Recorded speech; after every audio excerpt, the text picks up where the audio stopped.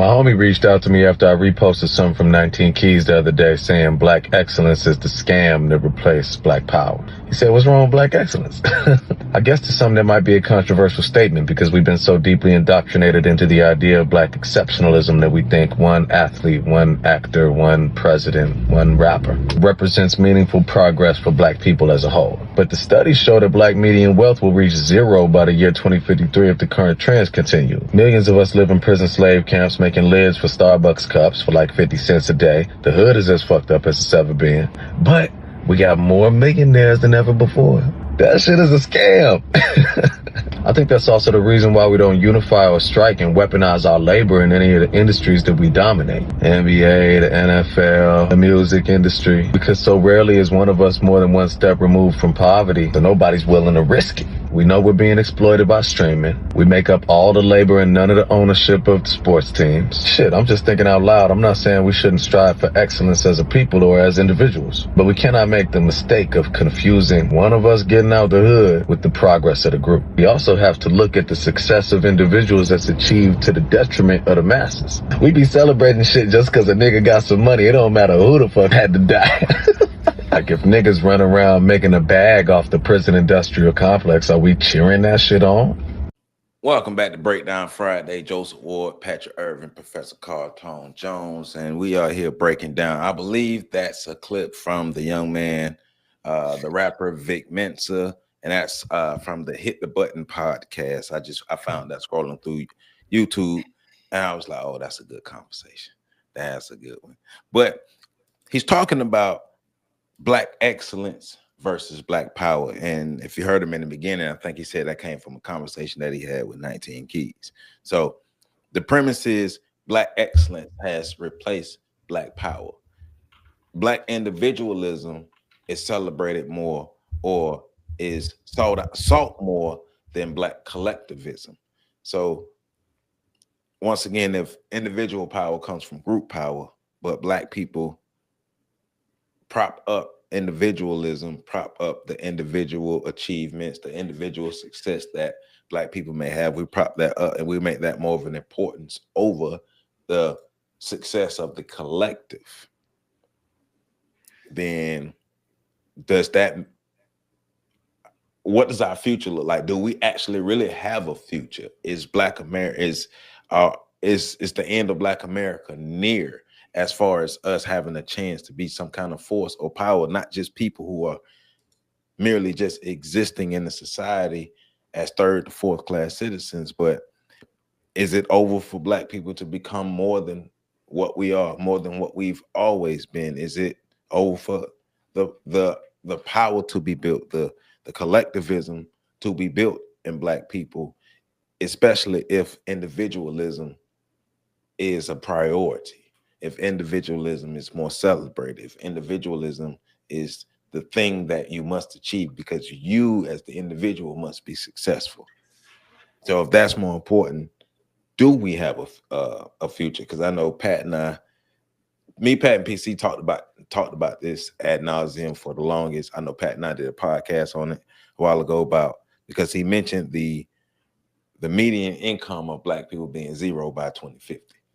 So with all of these glooming future predictions that are looming over our head, what's a real reality for black people, especially if the individual excellence is more important than the group power? So PC, man, I like your shades, so I'm coming to you first. But before I come to you, remember to hit that like button, comment, subscribe, share. And if you don't hit that like button, Joe Biden told me to tell you, we're gonna send you a Christmas card telling you that you're not black. So make sure you hit that like button so you can make sure you're supporting black people who doing black things for the black community that can uplift us wherever we are. So back to you, PC, and those nice shades, my brother. I like them. I really like them. But I wear sunglasses at night. Hey man, you know, somebody got to do it. Everybody can't be cool, man. Some people gonna hate, but everybody can't be cool, right? Somebody got to do it. But black excellence versus black power. So the first thing is, what do you think about the idea of black excellence replacing black power? And Do you think that Black America actually has a collective future? Well, I like the comparison in terms of how he put it together, how he linked it. Mm-hmm. I mean, I've often thought about it, and like you said, we've often talked about it. We have staked our collective progress typically based on the power of individuals, and I think a lot of it is because we ourselves see we all have this moment, right? When I blow up, or when something we do pop, we also see it whereas we wanted to make it a selfish endeavor. So it would be blasphemous for us to critique somebody who's already there, to say that they need to move in ways that benefit the masses when we ourselves would only move in ways that would benefit ourselves. And so this whole concept, this notion behind rugged individualism, yeah, it is in opposition to building the masses. And I think you shared a video on TikTok that I saw the other day, Joe, that stated that our individual, I forget the elder's name, Barbara Sizemore. Barbara Sizemore, right? That our individual um, rights can only be benefited or empowered by the group, and the group ensures that our rights, she posted it on the Constitution, but I'm just talking about human rights. If rights to live and coexist, they have to be protected by a collective. You have to be allowed to be great, and there has to be a sense of security that comes with that. But that can only come from a reciprocal relationship from the individual to the group, and vice versa.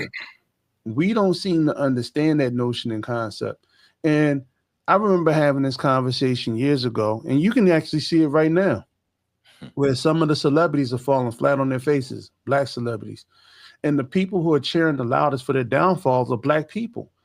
And when that happens in other communities, you don't see you see them active in a codified manner. They don't necessarily defend it, but they choose to put the mute button on. They they put out the flames quietly. They don't support it. So they may not support it, but they know the overarching effects will affect their community. In the Black community, when you talk to people like that and you say, hey, listen, this is not a good look for the community. That N-word don't represent me. And so now we got to be like everybody else. Well, everybody else is winning because they know not to trash their own because it affects the collective image. This whole notion of Black excellence is something that, first of all, who started it? I would like to know the origins of a lot of these things. And, I went onto this one cold turkey, not wild turkey, but cold turkey.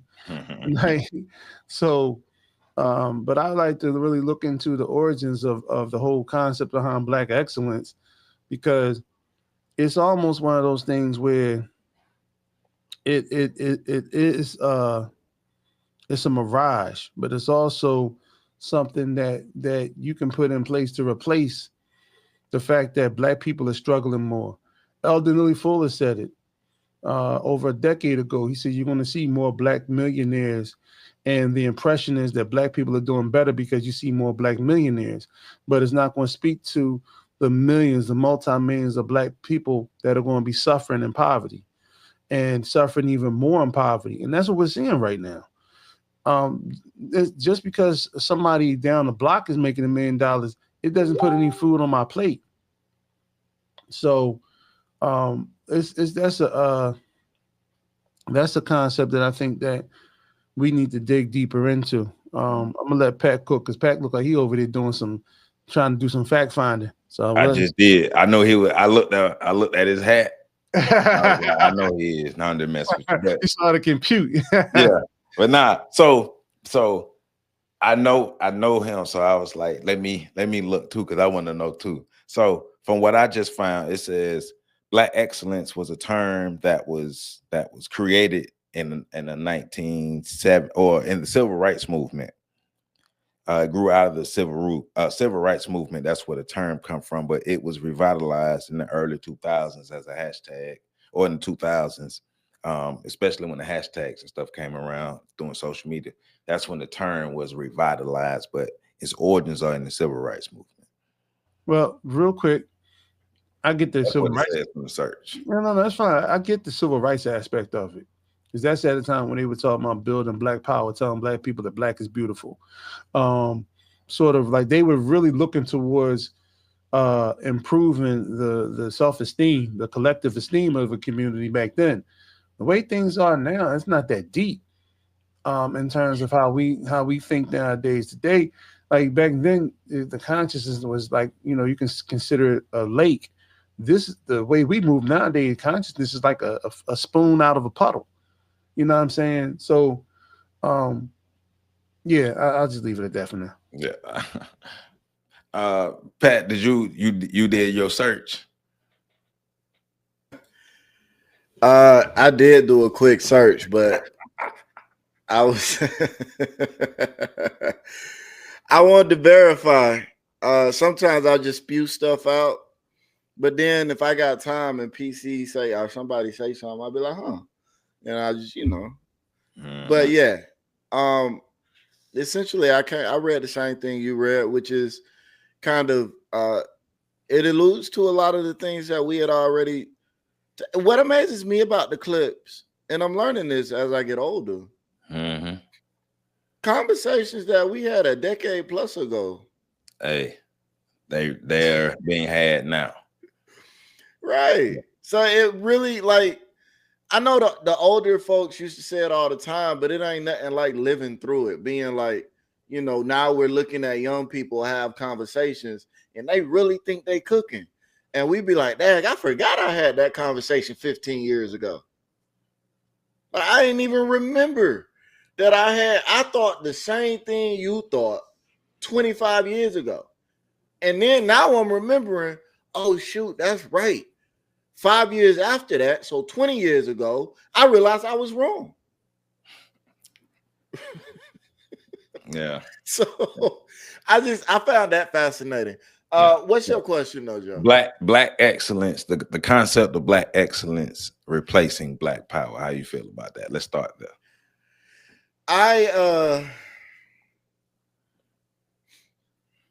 So for me, Black excellence has its roots in trying to overlook the failure of the group, which would be Black power, in favor of highlighting the success of the individual, which is Black excellence.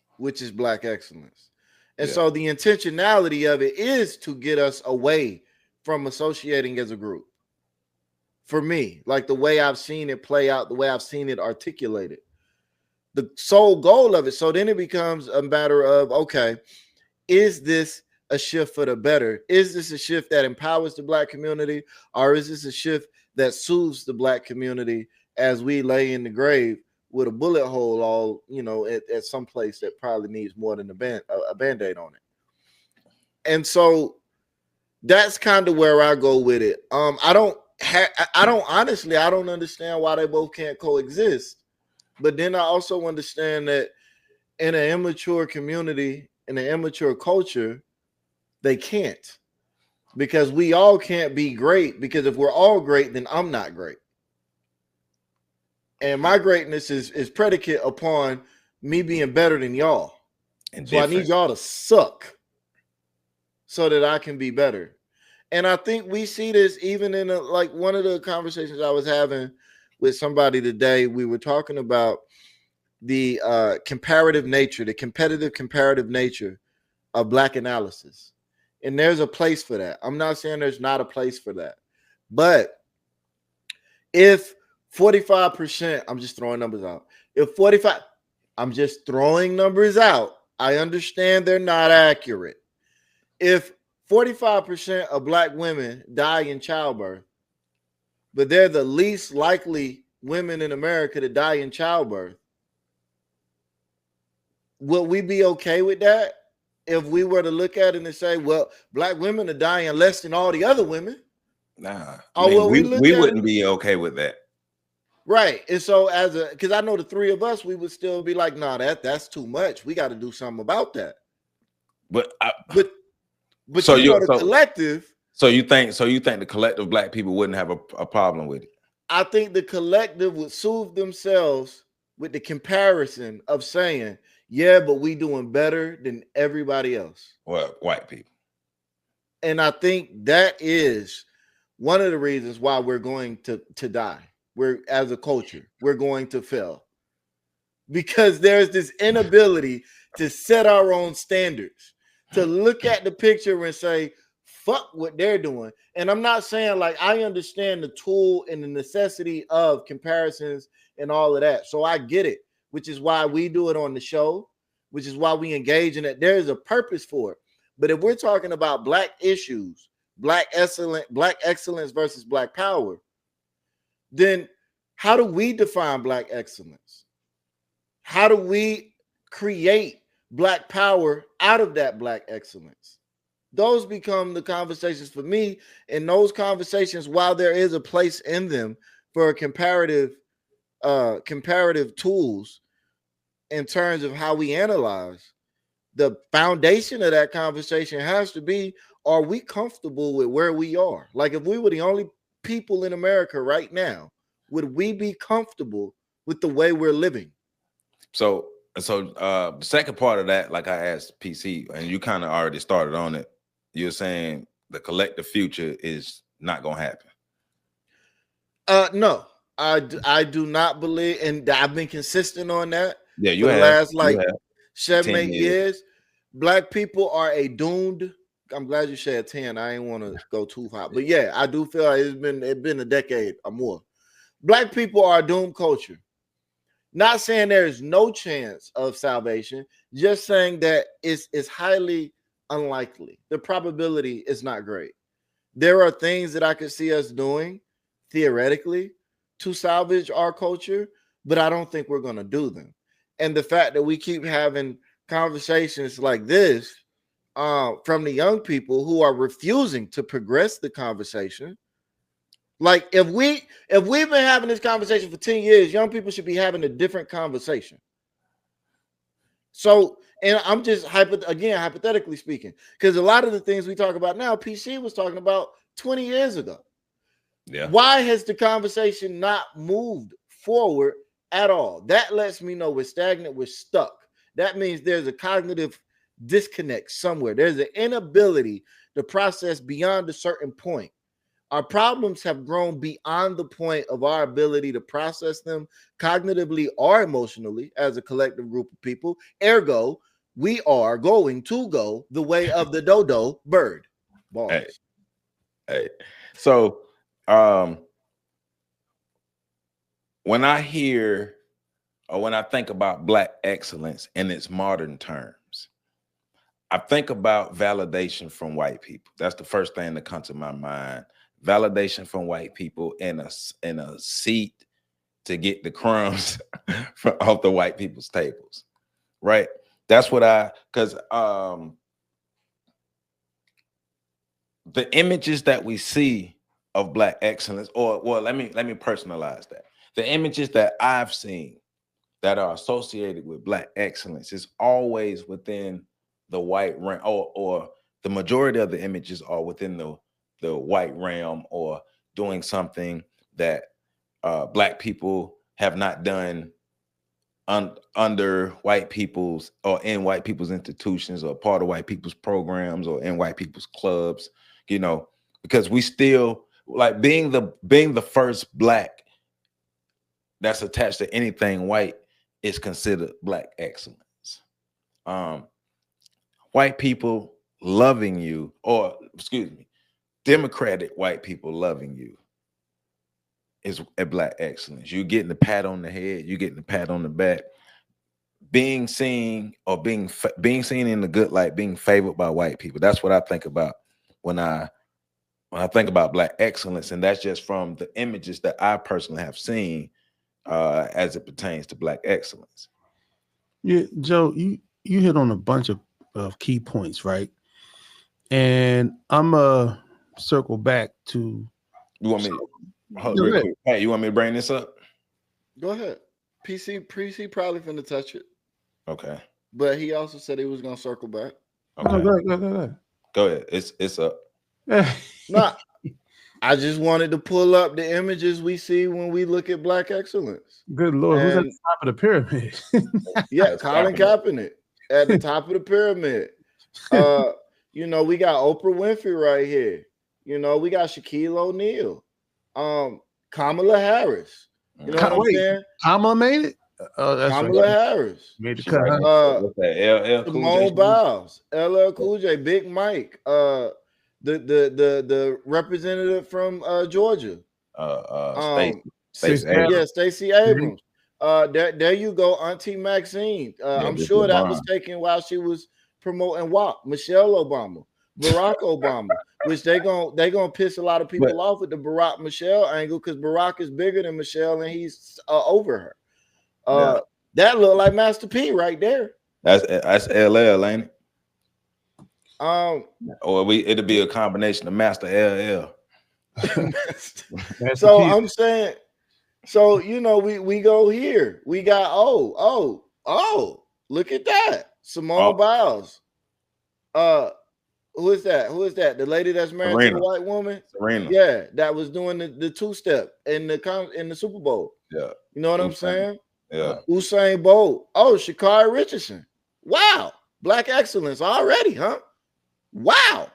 You know what I'm saying? We keep going down the list. Who is this? But like the brother said in the video, okay, their success helps the group as far as empowering the group. How? Oh, it presents an alternate image, Joe. Elitism. Okay, so the answer is it doesn't, and it presents an alternate image. Yeah. All right, but get to something PC or you asked earlier, Pat. Okay, so let's, you know, you like to work with definitions, so let's work with definitions. So you got your screen up. So type in the definition of Black excellence. Because I want to define, let's define Black excellence and let's define Black power.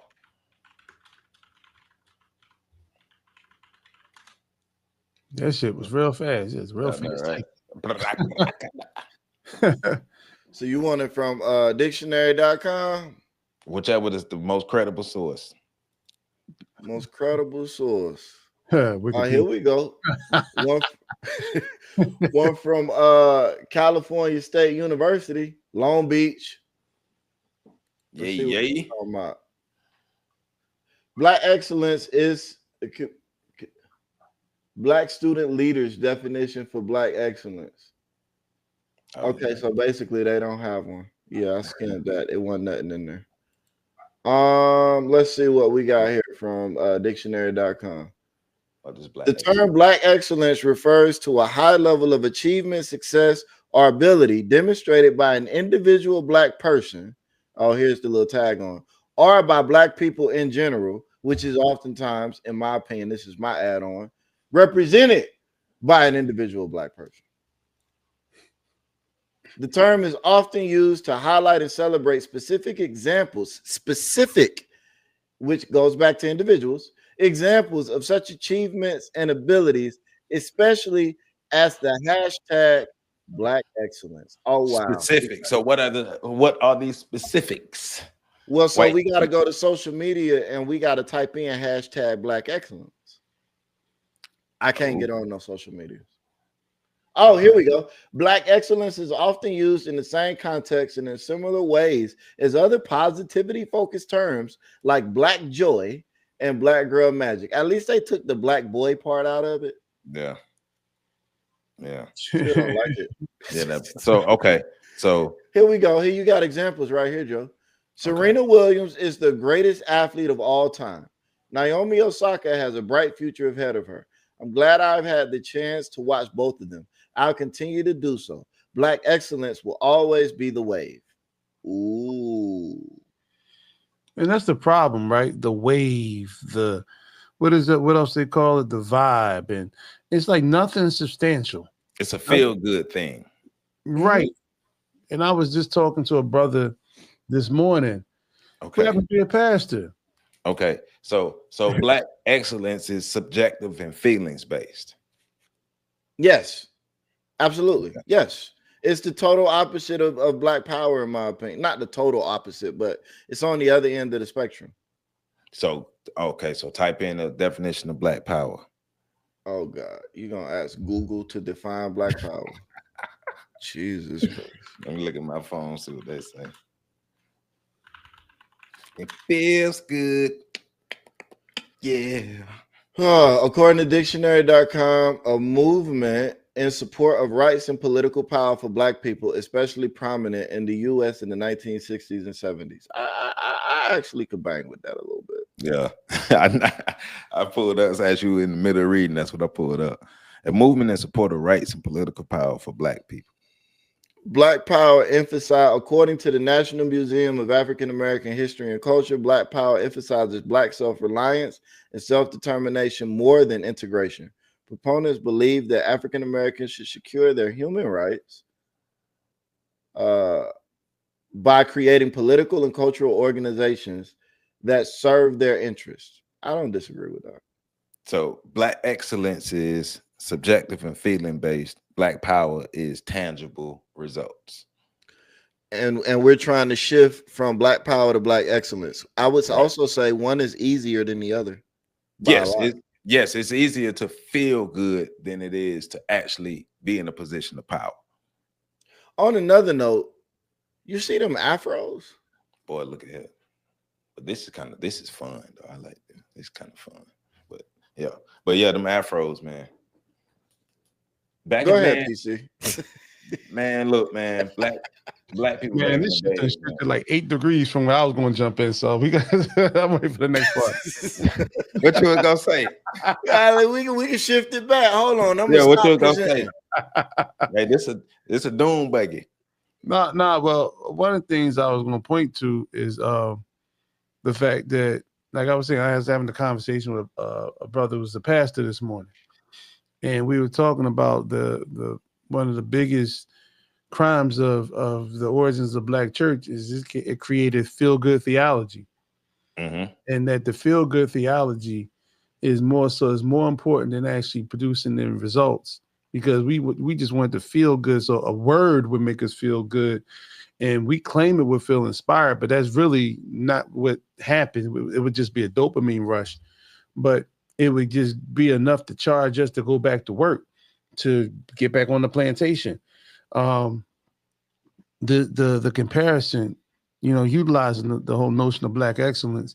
I remember there was a reality TV show that came out over a decade ago. Actually, it's close to 20 years ago, called Baldwin Hills. Yeah. And Baldwin Hills was more so based on the fact that they wanted to show how rich Black kids lived. And it was more so seen as though when you would look at the family structures, which ironically mimic the lower class economic structures, you didn't have a lot of fathers interacting on one. But what you saw was the fact that they were saying that comparatively, you can compare Baldwin Hill to Beverly Hills. It's sort of like the standard for Black excellence is a comparison to what white folk got, which is something y'all just touched on. I look at it from a lot of, and this is why I say it's a puddle compared to a lake in regards to the depths of it.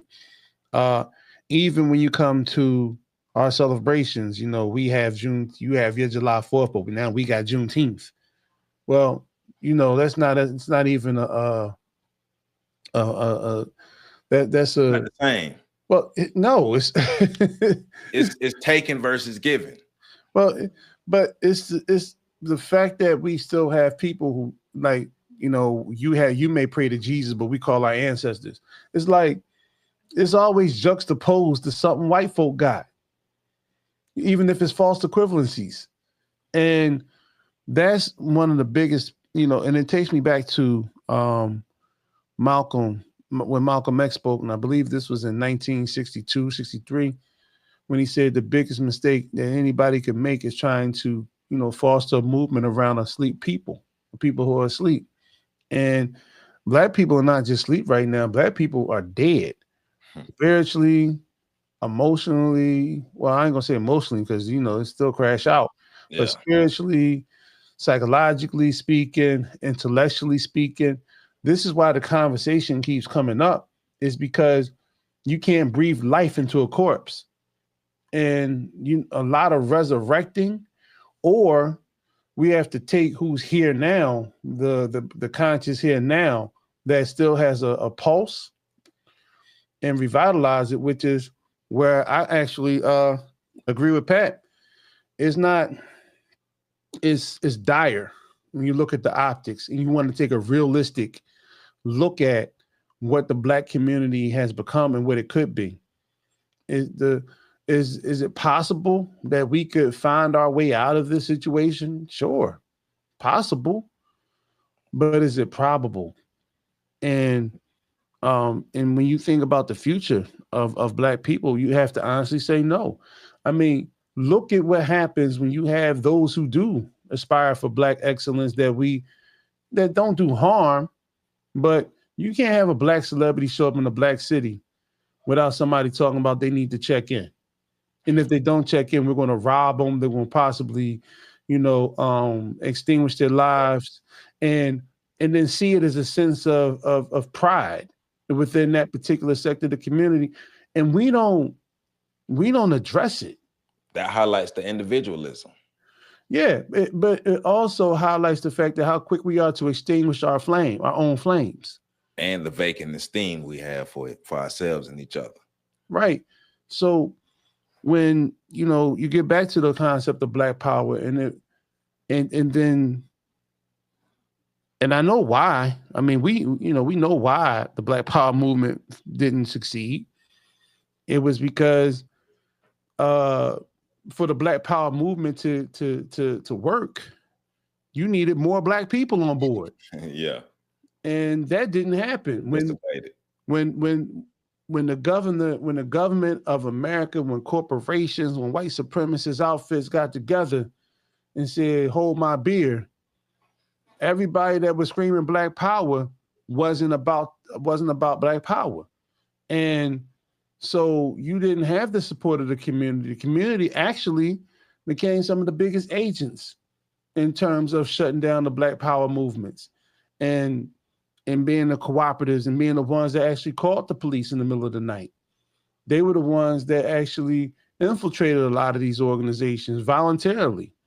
And so, the whole notion behind it is really sad when you think about it. But black people got the experience after the Civil War, a live war where you had live fire taking place during those particular times.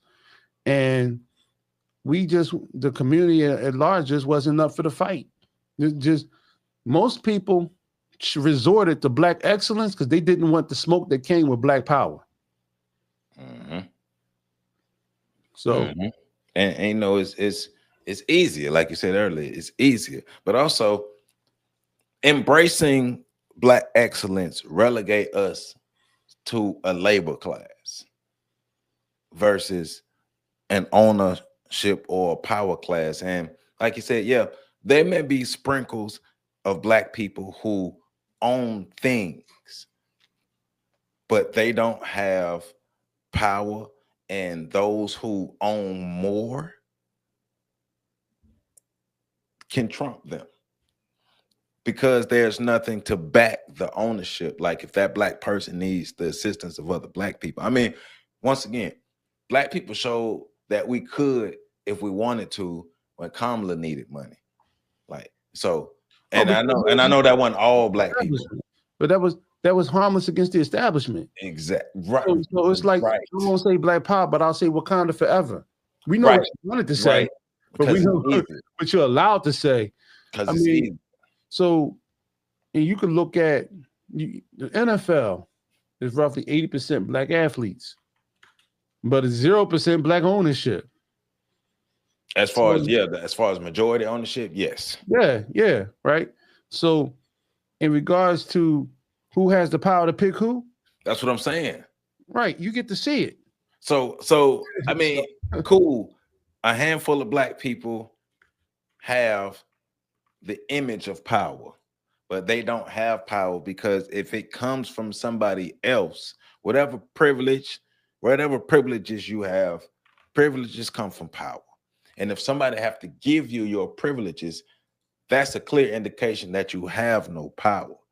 And black people, we say we want one thing, but our actions keep pushing us towards another. We always gonna take the easy route. We're gonna take the more favorable route of the black excellence versus the black power, because we've said ad nauseum, black power takes work. It's the rough road. But it's also understanding that there can be no true black excellence without black power. Because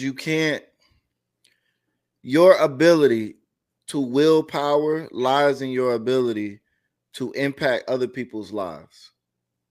Right? It doesn't, if the slaves understood, and some of them did, but if all of them understood they could rise up and take over a plantation and were willing to do it, it doesn't matter that they're owned. Right. They have the power. Right. But the bigger stick to that is they also understand the consequences of if they do it, which is where the slave owner show or the slave master shows that even though I'm by myself on this plantation, my group is bigger than yours in this nation. And so we got to understand group dynamics on a more integral level, on a deeper level. This ain't just about, in the NFL. Like it is. I love the sports analogy because we say we're right? The labor class is mostly black for a lot of the sports. Right. But the ability to financially impact everything, the owners are in alignment with the customers. White people, if black people go on strike, like a for real strike, we've seen examples of it. There are various moments. Yeah, they replace them, and those white people that are going to take a stand for those white owners are going to show up in droves. Well, the only people that's going to be negatively impacted are the athletes. Well, we're just seeing the humbling of Shedeur Sanders, because they came in too uppity, and y'all put me on to that because I was out the loop, but came in too uppity.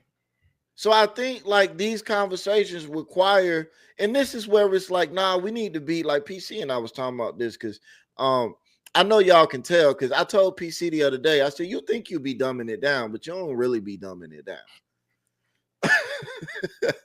So like y'all get like what we consider PC light, right? But and even with Joe, like Joe is silly and he trying to make it funny and entertaining. But when we have these conversations, we really have these conversations on the level that I think they need to be had, but on the level that I don't think they would be received well if they were had. But that's why we keep going in circles with these talking points, and we keep having these young people that come up and say the slaves could have. And that's why I use that analogy, because I just had heard that conversation earlier this week. Well, if the slaves would have rose up, they'd have killed the master. Yeah, well, if master would have rose up, he'd kill all the slaves. But they act like slaves didn't. No, I get what you're saying. They act like they don't. I don't even get into that because that's getting into the details. What I try to get them is your general premise is still flawed. You're still incorrect. If the slaves rise up, they kill one or two white people. The white response kills thousands of slaves. Nigga, they did that and it didn't work. Right. Just came I mean,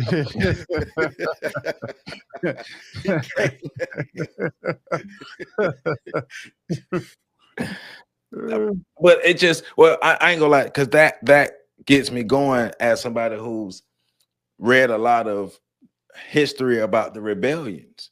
Like there are many rebellions have happened in the Americas from Gaspar Yanga on down, probably before that. And it's like, but that's the thing about some of the young people who don't know is they just be talking, and then when you know and you try to put them up on something, they're not listening, because there's also that disconnect that we have between the generations. And of course, like we are, I guess you could say, the gatekeepers, or we can go between the generations. I have a good rapport with the younger people because I treat younger people and older people like human beings. I show young people respect. I talk to young people who I'm old enough to be their daddies, and they respect me because I respect them. So, but that's not something that's I guess it's not happening throughout the culture like it should. So you have that gender divide, or that generation divide, and we also have gender divide. Black people are at the Willie Lynch shit work because Black people are at war with each other about everything. Yeah, yeah. I eat white bread. I eat rye bread. Well, I eat potato bread. Oh, we banging on bread, you know. But that's that mindset. That's that individualistic mindset that will prevent us from ever being a powerful collective. So yes, we will have to be relegated to critical mass. Well, one of the biggest problems that creates is the pseudo concept of competition amongst those who want to be the last one standing, so that they can sort of like take home the mantle of being the Negro that survived or the Negro that succeeded, but not taking into consideration all the people you damage and harm in the process, and the fact that you lose your sense of morals and integrity along the way. And I don't well, we just talking about this, Pat, about how, you know, we seem that the morals and integrity doesn't matter as much anymore as long as people get there. Right. And so when you foster a group on rugged individualism, and you teach them about shark tanks, and you teach them about boiler rooms, and how and you show them white folk doing it, and you think to yourself, wow. And you know, for people, and this is why we focus so much on culture, because if your culture is not strong enough, you will be impacted by the culture of others, especially the culture that dominates yours. And white folk don't function on rugged individualism. They do in certain spats, but when racial integrity is challenged, they form like Voltron. You know what I'm saying? They come together like and they create a united front, because they understand that they're going to be the ones battling for the spoils, but they don't want any spoils to leave their community. We don't give a fuck of the spoils. Right. You know, leak off. Everybody can take what you want. We try to hoard all the spoils for ourselves. Period. I know people now. I learned something, but I don't want to tell nobody because they might steal it. But then how you want to build your concept if you don't have focus groups and discussions and conversations about what you're trying to build and design? And how are you going to actually get people on board when you're telling them up front you can't trust them? And why are you around so many people you can't trust? You know, got to cut off everybody. Bro, man, yeah. And so you can't pick them, can you? So the distinguishing part of it, we often talk about the need for mature conversations and mature development and so forth. You can't do that if you're arrested in terms of your development. And we keep talking about this over and over again. Black people are severely arrested. And it's not that we're just arrested in our development. It's like they poisoned the pool. They've saturated the pool with all the things that'll make us less instinctual, more violent. They flooded the pool and make us more confrontational with each other. It's like they dumped a bunch of fluoride and soaked our water in lead pipes and fed it to us like soup. And we're the byproducts of all that. And so not only are you arrestedly developed, you're now to the point where it eliminates your ability to develop. your pineal gland becomes permanently calcified. I'm laughing. Me and Pat had a joke about that a couple of days ago. But your ability to comprehend what's good for what the greater good is, it doesn't look like, because Black people are and ourselves taught that I'm raised in a culture of scarcity. When you come from a place where you believe that the scarcity exists, you know, you start moving like everything needs to be hoarded. I can't even share a crumb with you. I can't even tell you where I got the bread to get the crumbs from, because then you might beat me there and get the last bit of bread there, not realizing that everything around you is what they use to make the bread. It's kind of like when you look at, you know, our continental family, like saying Africa is the one place in the world that you don't need to go off coast to get any resources, yet and still they have to offshore for their own damn bread. Lack of power, but a lot of excellence. Right. So, you know, it's wild, because that underscores why we aren't moving forward, and why we haven't moved forward, and why we won't move forward as a collective. Are Black people really ready to accept, like as a collective, that it might be over because we don't want anything different as a collective? Now, there may be pockets of people like us who want to do something different and who are putting in the work on a regular basis to do something different, but it's a group. Racism is a group sport. It's a team sport. And the smaller your team, the more you're going to be dominated by the other teams, because all other teams understand the power of the group. They understand power in numbers, and they use it.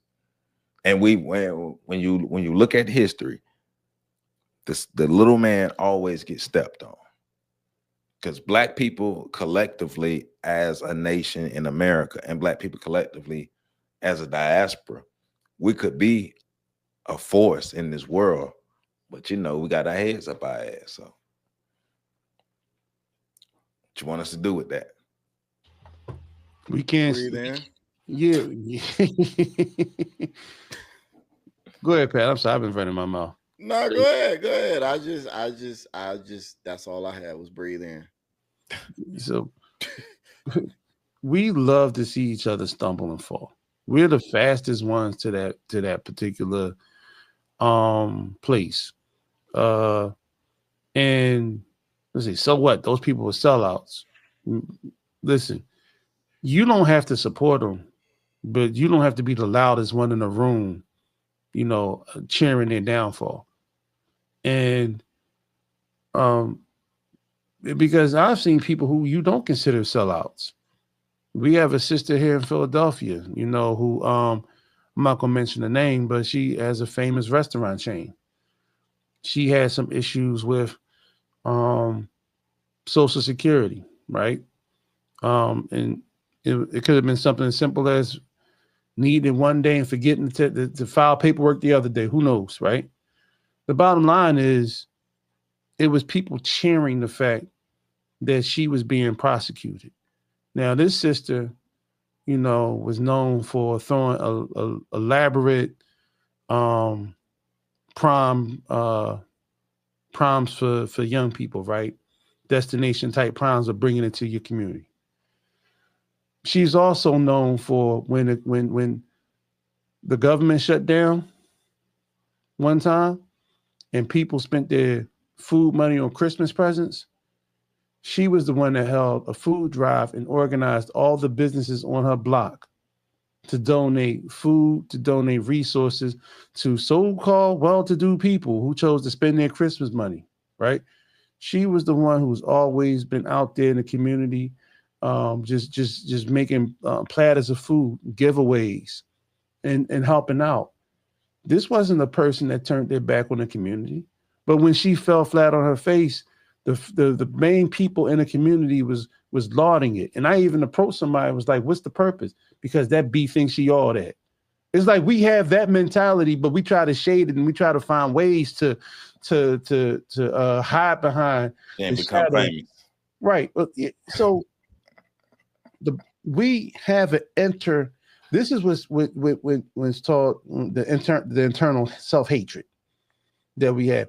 That's the biggest reason we can't win. It's not that we don't have the ability, but we are so focused on seeing. We talked about it. We've been talking about this for as long as we've known each other. Well, y'all have known each other longer, but our greatest battle is not white supremacy. It's fighting the armies of niggas. Armies of niggas you have to fight to get to white supremacy. Boy. And by the time you get to them, they all sitting there well rested, just ate, toothpick in their mouth, sitting back, reading the funnies, waiting for you to pull up. They done got a chance to get a workout in. Meanwhile, you're beaten down by your own people who claim to be your own people. And you can talk to you blue in the face. It don't get through to those it don't get through to. And that's why we will sit here. There'll be somebody else. There'll be a Joseph, Pat, and PC somewhere in the future having the same conversation a decade or two now. It'll probably be, they'll probably have different technology, more advanced technology. So they'll probably have holograms and shit of them all in the same room. But they'll be having the same conversations. I mean, look, these conversations were had in the 60s. Yeah. We watched we watched panels. Yeah. The whole cousin people hear Malcolm say, make it plain. He was talking to James Baldwin because James Baldwin's talking soliloquies. Yeah. So, we've had these conversations for going on almost 80 years. Well, 60 years. More than 60. But you see what I'm saying? And the same black people try to reinvent, we're taking it. Every generation, what we find? Cycles. The fight is lost. Then you have a generation that wants to be kumbaya because there's no racism in the world anymore. Then they grow up to learn that the people that they said that they were their allies and shit chose resources over friendship and survival of their community and their nation over building a kumbaya community with you. And then they start to and then they feed into, and then it metastasized into, we're going to fight the power. Well, we were fighting the power when y'all told us that we were outdated. And so, but so. Ain't no money in nation building. It could be because everybody else's nation make money. Oh, you got to, that's right. You got to do it right. You got to have will and want to and all those things. Yeah, you're right. The people themselves have to have an investment in the nation, not a charity. This is not just a hobby. We live this on a day-to-day basis. And it was funny, right? Because we have a graduating class coming through, and I was talking about some of the things that happened, and my perseverances and even being in that environment, just so that I could still help those young brothers out. And I was talking to the same brother earlier, the pastor earlier, and one of the things that we were talking about was the work that you do, and he had started naming things he's seen me do in his 1.5 years, 2 years there in the program. My nephew came in the room and started talking about the things I was doing in the community. I had totally forgot about a lot of that stuff because it's just what we do. We don't have a lot of people that do that. The majority of people, you know what they'll say when they see you, Joe? Hey, brother, I see you. I see you. You know what they say when they see you, Pat? Hey, man, keep it up, brother. I see what I'm watching. I'm watching. But the whole time, they're not helping you. And I think that's one of the biggest disappointments in all of my 50 years, soon to be 51 years on this planet, is that people will watch you and then they talk about the excellence, but only if you're doing something that doesn't threaten their fragile egos or pride. Man, don't make no white folk, them good white folk, don't make no white folk mad, because if you mess it up, then you're going to mess it up for everybody else and won't nobody else be able to get in close with white folk and they won't like nobody else. So you got to be good. And it's funny because you joking and being sarcastic, and we all know that that's a real mentality, but it's also like that is pinpoint accuracy why nothing's working. We still can't even have a conversation about the effectiveness of charity on changing systemic outcomes. Charity doesn't work like that. Charity is a band-aid solution. But every time we want to do something for our people, we pull out the first aid kit and we reach for the band-aids. I'm gonna start a charity to boom, boom, boom, boom, boom. And we don't even think about the consequences, the long-term actions, which is again, Black excellence. Black excellence is charity.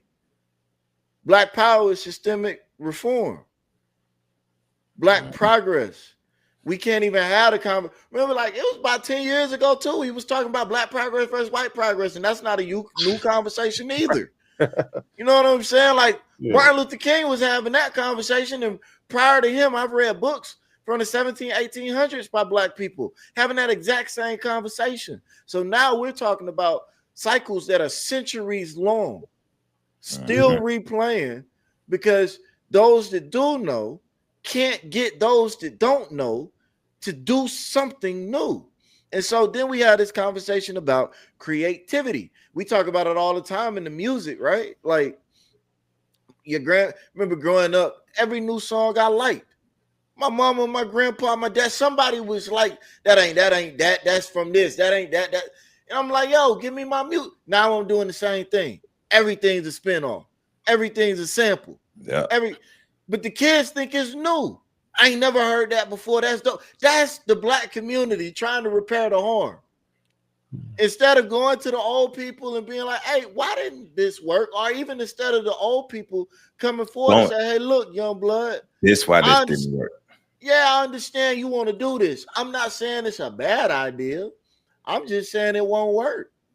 And here's all the reasons why it won't work. Now, of course, we know the young people because they ain't raised with no self-respect, no critical thinking, no reasoning ability. And we know that. They're going to look at it and they're going to say, old people hating. We know they're going to do that because they do it right now in sports debates. Anytime you bring up any old school player, that's the first thing the young people do.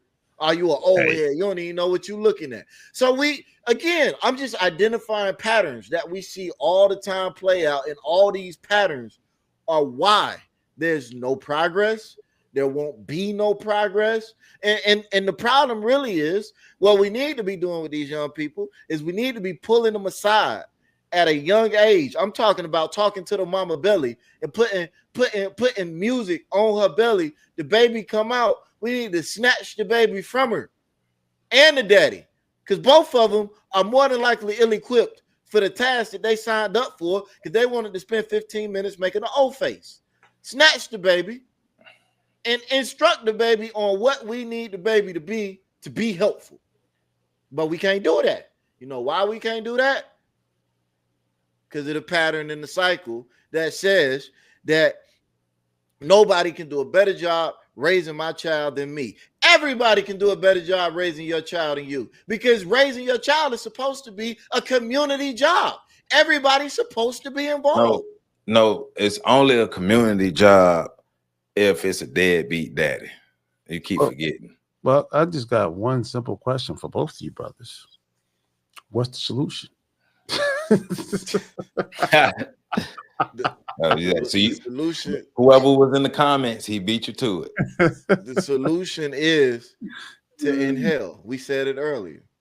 Yeah, we've been said it. Inhale. To work together and inhale. No, and I was being sarcastic because I've been listening for solutions. I've been listening to solutions for the last half hour. I'm just saying. I know we just got to point it out. You know, diabolical question that comes up when people want to continue to procrastinate, which is another terrible habit we have as a community. But you know what? Even that is a wonderful example of the cyclical behavior, right? We could be sitting here, and that's why I told PC, you think you'll be breaking it down, but you won't be breaking it down enough.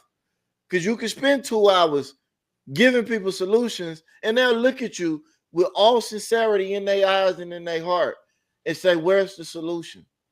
And you say, I just spent an hour and a half breaking down step by step what you needed to do to get out of your situation. But because you're not where you need to be to even understand your situation, you can't recognize the solution. Everything. And so now we had these YouTube videos where people are talking, and I'm not even, it's not just us. I've seen a bunch of YouTube videos where people are really breaking some stuff down. And I read their comment sections, and that's why I don't read ours. Because I already know what it is. Right now, we just, like, I'm talking to y'all because I'm talking to y'all. I'm not expecting nothing from nobody watching. I understand this is going out into the ether, and in 2,500 years, the aliens 5 million light years away gonna catch it and pick it up on their radio receiver, and they gonna zip over and they gonna do something, and that's cool. But as far as black people right now, while I'm alive, doing anything different, man, you got a better chance of Colin Kaepernick getting back on the field and taking another knee. Yeah, well, well, that's an indictment on us, but we don't care because it's been many indictments on us, and we ain't done nothing about it. Because the rewards from the white table is so much sweeter and so much easier. Well, I'm gonna tell you, and it's gonna hurt a lot of feelings, but I'm gonna keep pushing this joint until we get home. It's because our push is not a masculine one, and because it's not, then the things that you need to say to prepare a warrior to go out and battle never gets heard by the warriors. There's been several times I've been in places trying to, and I know you've all had, trying to have a real conversation with the future warrior class of young men. And some woman will walk in and say, oh my gosh, it's too harsh. So shut down the conversation, or next thing you know, you get pulled into somebody's room and say, hey, did you tell somebody this or you tell somebody that? Well, we live in times where you can't say things like that to our kids. And yeah, so that's one of the biggest reasons it won't work. So you're saying black men are out of order, and we got to do better on our end because there's not a masculine push. No, I'm not saying just black men. I'm saying as the black community, there has to be a place where the masculine energy is interjected unapologetically into the children, especially into the boys, where they know that they're allowed to be warriors. See how I did that? Warriors, yeah, not when they're and there's not going to be. It's like the traditional mom and dad. Child is riding a bike, child falls off the bike. Mom picks up the child, hugs the child starts crying. Dad is helping the child ride the bike. Child gets off the bike, starts crying. Dad looks at the child to get back on the bike. And the child might be crying, snot bubbles and everything. But dad is going to make sure the child gets back on the bike until the child learns how to ride the bike. That right there is the diametric difference in terms of that, because it's not just that example, it's what it represents. There it is. So ain't no sense of keep beating the dead horse, because if you ain't got it by now, I don't know what to tell you. But with that being said, PC, you got an event coming up in May, man. Tell us about your event, my brother. Appreciate you, beloved. So I was invited to do a panel on by my brother Bigger Dre. Shout out to brother Bigger Dre at the Rotunda and in West Philadelphia. It's at 40th and Walnut. Fill in for Walnut. 40th and Walnut, excuse me. And one of the things that I'm talking about is drill music and video games and how it's affecting the violence in our culture. But set aside, we're going to have some guest speakers, and I'm going to be one of the speakers that actually, and I get to talk about, just a word about Malcolm X. And I've been wanting to talk, we've had various Malcolm X Day programs and things of that nature, but I've never been invited to speak at any of them. So my brother Bigger Dre had put he did a solid for me and gave me a space, because, it's just something that, in terms of, I'm a huge follower of, our great ancestor. And when I hear people talk about them. I don't see people actually. We talk about legacy, but we don't really address whether or not we're adding to his legacy or we're detracting from his legacy. When I hear people talk about his message, I'm like, did we receive his message or did we just hear it? And if so, what actionable steps are we taking to push his message forward? It's been 60 years since we've lost our good brother, and he transitioned to the ancestral realm. And in 60 years, we can't honestly say that we have adapted any of the principles that he put upon us. So I want to, take some time out to address that. So once again, I want to thank my good brother Bigger Dre out of Philly, actually out of Chester, PA, but by way of Philly, and hosting these events, because he does a lot for the community, and he does a lot with bringing people together. He creates a marketplace for those people who are individual vendors and have small businesses, and he always gives back. He's always in the classroom teaching the young folk, and he was actually instrumental in terms of making Juneteenth a state holiday here in Pennsylvania. So I want to shout out my brother and appreciate him for allowing me that space and opportunity to pay tribute, and also have a moment to reflect and interject on the message of Malcolm X. So, and thank you, Joe, for giving me that time. There it is. And if you follow, what's your Instagram and your Facebook so people can follow you? He just Carl Tone Jones. There it is. Carl Tone Jones. Check him out. Yeah, it'll be May 9th at Friday, May 9th, from Friday to 8 p.m. Eastern Standard Time at the Rotunda at 40th and Walnut. So there it is. It is. And remember, also with that, make sure you check out FetLifeStation.com. Check it out. thepax.org, as well as ontheshoulders1.com. Hit that like button, comment, subscribe, and you already know, if you ain't hit that like button, Joe Biden sending you a letter in the mail with his finger like this telling you that you ain't black. So you better hit that like button if you still want to be respected in the black community. That's how I go. Hey, unfortunately, black excellence has replaced black power. Damn. That's it. That's all I got. Catch y'all next time.